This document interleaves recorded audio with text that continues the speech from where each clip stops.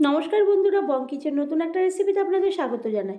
আমি যে রেসিপিটি করব সেটি সোয়াবিনের একটা ভিন্ন স্বাদের নিরামিষ রেসিপি। তার জন্য আমি কিভাবে করব প্রথম থেকে শেষ পর্যন্ত না দেখলে একদমই বুঝবেন না। চ্যানেলটি সাবস্ক্রাইব না করলে সাবস্ক্রাইব করবেন, লাইক শেয়ার কমেন্ট করবেন, পাশে থাকা বেল বাটনটি টিপবেন, তাহলে যে কোনো রেসিপি আপনাদের কাছে সবার আগে পৌঁছাবে। আমি সোয়াবিন নিয়ে ভালো করে ধুয়ে পরিষ্কার করে জল দিয়ে কিছুক্ষণ রেখেছিলাম।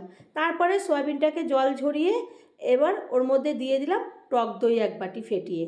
তারপরে দিয়ে দেব হলুদের গুঁড়ো, লঙ্কার গুঁড়ো আর লবণ দিয়ে আমি এই 4টে উপকরণ দিয়ে সোয়াবিনটাকে ভালো করে মিশিয়ে ঢেকে রাখবো। যেরকম আমরা মাংস রান্না করলে আগের থেকে সমস্ত মশলা মাখিয়ে রেখে দিই যাতে সেই মধ্যে ভেতরে সমস্ত মশলাগুলো ঢোকে, সেরকম সোয়াবিনটাকেও আমি তাই করব। এরপরে ঢেকে একটা সাইডে রাখবো। এদিকে একটা মিক্সিং জার নেব, তার মধ্যে দিয়ে দেবো আদা কুচি, টমেটো আর কাঁচা লঙ্কা।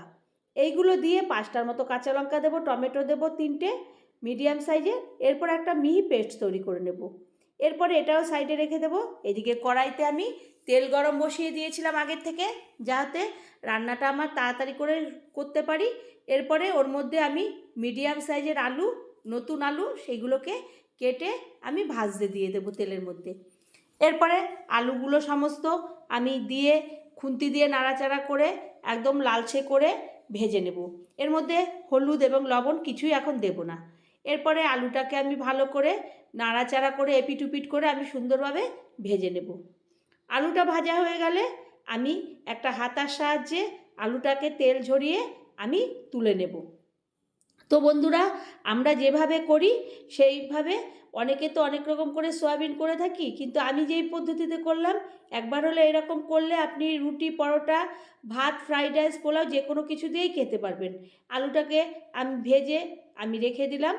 এরপরে ওই কড়াই তেলের মধ্যেই, তেলটা আগের থেকে বেশি পরিমাণ দিয়েছিলাম, তেজপাতা, শুকনো লঙ্কা, এলাচ, দারচিনি, স্টার, লবঙ্গ সমস্ত কিছু দিয়ে আমি ফোড়নে ব্যবহার করলাম। তারপরে দিয়ে দেব কিছুটা সাদা জিরে। এই দিয়ে আমি ফোড়নটা দেব, যেহেতু নিরামিষ তাই কারণে এই দিলাম। এরপরে এর মধ্যে আমি কিছু মশলা দিয়ে দিলাম। ওই তেলের মধ্যেই দিয়ে দিলাম হলুদের গুঁড়ো, লঙ্কার গুঁড়ো, লবণ, জিরের গুঁড়ো, ধনের গুঁড়ো। এইগুলো দিয়ে সুন্দর করে আমি মশলাগুলো তেলের সঙ্গে একদম ভাজা ভাজা করে নেব। যখন তেল মশলা আলাদা হবে তখন আমি যে পেস্টটা করেছিলাম আদা, টমেটো, কাঁচা লঙ্কা, সেই পেস্টটাও ঢেলে দেব। এরপরে সুন্দরভাবে আমি কষাতে থাকব যতক্ষণ না মশলার থেকে কাঁচা গন্ধ দূর হয় ততক্ষণ পর্যন্ত। এদিকে আমি চিনিও দিয়ে দিলাম, যে চিনি না দিলে ঝাল মিষ্টি টকের ব্যালেন্সটা ঠিক থাকে না।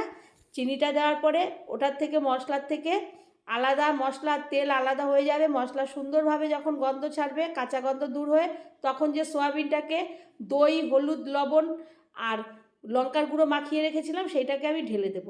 ঢেলে ভালো করে ওই মশলার সঙ্গে কষাতে থাকবো।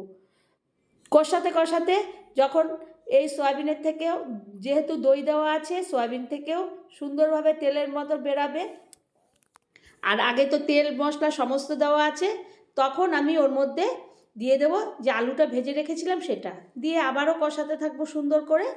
এইভাবে কষাতে কষাতে যখন সমস্তটা মজে আসবে, তেল ছাড়তে শুরু করবে, আর সোয়াবিনটা তো আগের থেকেই যেহেতু দই মাখানো ছিল, টক দই আর সমস্ত মশলা দেওয়া ছিল, সুন্দরভাবে মশলাগুলো ভেতরে ঢুকে গেছে আর সোয়াবিনটা সুন্দরভাবে ভাজা ভাজা মতন হয়ে গেছে, তখন আমি যেই বাটিতে সোয়াবিনটাকে আমি মাখিয়ে রেখেছিলাম সেই বাটিতে জল নিয়ে আমি দিয়ে দেব এই সোয়াবিনের মধ্যে। দিয়ে সুন্দরভাবে সমস্ত মশলা, সোয়াবিন, আলুগুলোকে একই জায়গায় করে একটা থালা দিয়ে আমি ঢেকে দেব।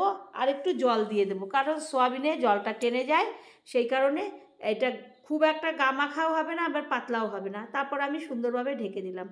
আমি 10 মিনিট পরে ঢাকনাটাকে তুলব, তুলে সাইডে রেখে দেখব সুন্দরভাবে আমার হয়ে গেছে। আমি প্রথমে নাড়াচাড়া করে নেব সমস্ত মশলা এবং সোয়াবিন, আলু এক জায়গায় করে নাড়াচাড়া করে দেখব আলুটা সিদ্ধ হয়েছে কিনা। যেহেতু নতুন আলু চট করে সিদ্ধ হয়ে যাবে, তখন আমি 1 চামচি ঘি নিয়ে ওর মধ্যে দিয়ে দেব। দিয়ে আমি গ্যাসটাকে বন্ধ করে একটা ঢাকনা চাপা দিয়ে দেখে দেব। তাহলে কি হবে, ঘিয়ের গন্ধটা সুন্দরভাবে ঢাকনার মধ্যে একদম ঘুরে ফিরে ওর মধ্যেই থেকে যাবে, উবে যাবে না। তো তারপরে আমি সুন্দরভাবে ঘিটা দিয়ে খুন্তি দিয়ে নাড়াচাড়া করে ঢাকনাটা দিয়ে ঢেকে দিলাম।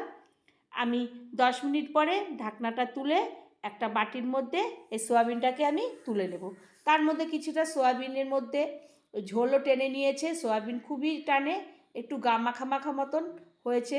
তো বন্ধুরা, আপনারা তো অনেক রকম করে থাকেন, আমি কিভাবে করলাম একবার হলেও এরকমভাবে করবেন, দেখবেন একবার খেলে বাড়ির সকলে আপনার কাছে এটা বারবার খাওয়ার জন্য অনুরোধ করবে। আপনারও করতে খুবই ভালো লাগবে। ভালো লাগলে আবার কোনো রেসিপিতে দেখা হবে। ধন্যবাদ।